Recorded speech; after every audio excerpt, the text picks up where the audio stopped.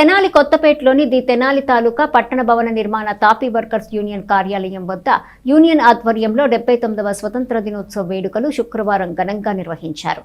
ఈ సందర్భంగా యూనియన్ నేతలు జాతీయ పతాకం ఎగరవేసి గౌరవవందనం చేసి మిఠాయిలు పంపిణీ చేశారు.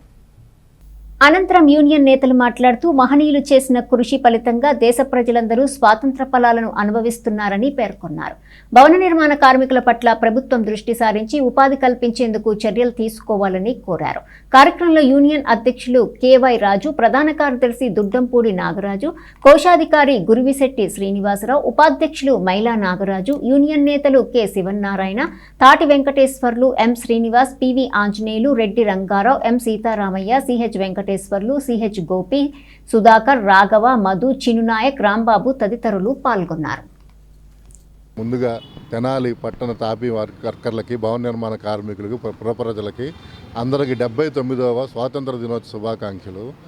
ఎందరో ప్రాణత్యాగాలు చేసి బ్రిటిష్ వాళ్ళతో పోరాడి మనకి ఇండియాకి స్వాతంత్రం తెచ్చారు. ఆ స్వాతంత్ర ఫలాలు ఇవాళ మనం అనుభవిస్తున్నాము. భవన నిర్మాణ కార్మికులకి మున్సిపల్ ప్లాన్లు ఆపేసి పనుల్లాగా ఇబ్బంది పడుతున్నారు.